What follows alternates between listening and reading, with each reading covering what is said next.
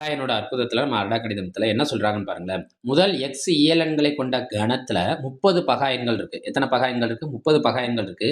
மேற்கண்ட கணத்தில் உள்ள பகு எண்களின் எண்ணிக்கை கேட்குறாங்க. ஒரு ஈக்குவேஷன் மாதிரி கொடுத்துருக்காங்க. X minus 30, 30 minus X, X minus 31, 31 minus எக்ஸ்ன்னு கொடுத்துருக்காங்க.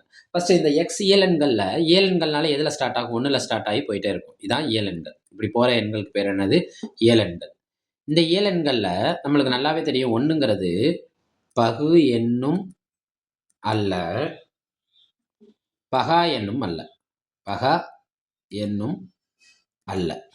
அப்ப நம்ம இந்த 1 கழிச்சிடணுமா?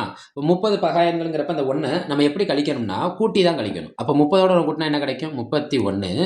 எத்தனை இயலெண்கள் இருக்கு? எக்ஸ் இயலெண்கள் இருக்கு. அப்ப இதை கழிச்சோம்னா என்ன கிடைக்கும்? X minus 31.